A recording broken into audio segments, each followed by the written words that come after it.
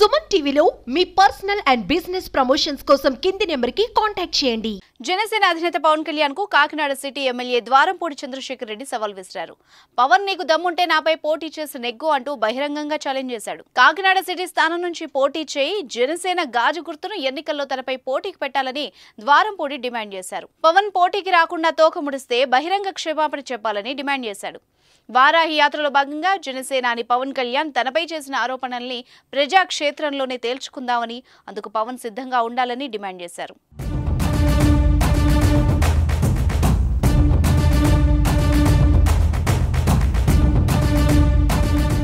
జనసేన అధినేత పవన్ కళ్యాణ్ వారాహి యాత్రలో కాకినాడ సిటీలో పర్యటించినప్పుడు స్థానిక ఎమ్మెల్యే ద్వారంపూడి చంద్రశేఖర్ రెడ్డిపై తీవ్ర స్థాయిలో విమర్శలు గుప్పించారు. కోట్లాది రూపాయలు అక్రమంగా ఆర్జించారంటూ ద్వారంపూడిని పవన్ విమర్శించారు. వచ్చే ఎన్నికల్లో ద్వారంపూడిని ఓడించాలంటూ పిలుపునిచ్చారు. ఈ వ్యాఖ్యలపై అప్పట్లోనే ద్వారంపూడి చంద్రశేఖర్ రెడ్డి తీవ్రంగా స్పందించారు. తనపై చేసిన ఆరోపణల్ని నిరూపించాలని డిమాండ్ చేశారు. తాను న్యాయబద్ధంగానే సంపాదిస్తున్నానని, అడ్డగోలుగా సంపాదించినట్టు నిరూపిస్తే తన ఆస్తి రాసిస్తానని కాకినాడ ఎమ్మెల్యే ద్వారంపూడి హామీ ఇచ్చారు. వీళ్ళిద్దరి మధ్య జరిగిన మాటల యుద్ధం రాష్ట్ర స్థాయిలోనే అప్పట్లో సంచలనంగా మారింది. తాజాగా మళ్లీ ద్వారంపూడి చంద్రశేఖర్ రెడ్డి పవన్ కళ్యాణ్ ను పోటీకి రావాలంటూ కోరడం రాజకీయాల్లో ఆసక్తిని కలిగిస్తోంది. ద్వారంపూడి విసిరిన సవాల్ను పవన్ కళ్యాణ్ స్వీకరిస్తారా లేదా తనదైన శైలిలో ద్వారంపూడికి పవన్ కళ్యాణ్ కౌంటర్ ఇస్తారా అన్నది చూడాల్సి ఉంది. మొత్తానికి ఎన్నికలు దగ్గర పడేసరికి అధికార ప్రతిపక్షాల మధ్య మాటల యుద్ధం సవాళ్లు ప్రతి సవాళ్ల వరకు వెళ్తున్నాయి.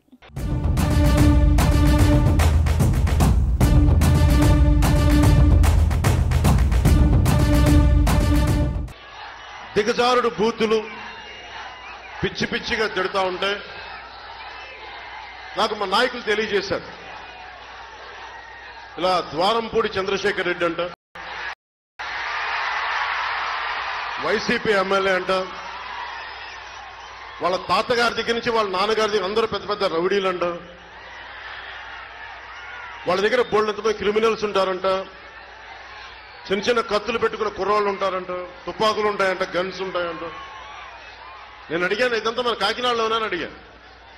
ఏది మన ప్రశాంతమైన కాకినాడలో ఇదంతా అంటే అవునని చెప్పి. వాళ్ళు ఇంకా బియ్యం కూడా ఎక్స్పోర్ట్ చేస్తారంట. గతంలో దొంగ నోట్లు ముద్రించేవాళ్ళంట వాళ్ళ కుటుంబీకులు. అప్పట్లో ఉన్న ఎస్పీ డిటి నాయక్ వాళ్ళ పెద్దలకి జీప్ వెనకాల బేడీలేసి నడిపించాడంట. చక్కటి చాలా డేంజరస్ పీపుల్ వాళ్ళు. ఆయన తిట్టేశాడు మిమ్మల్ని చాలా నీచంగా అంటే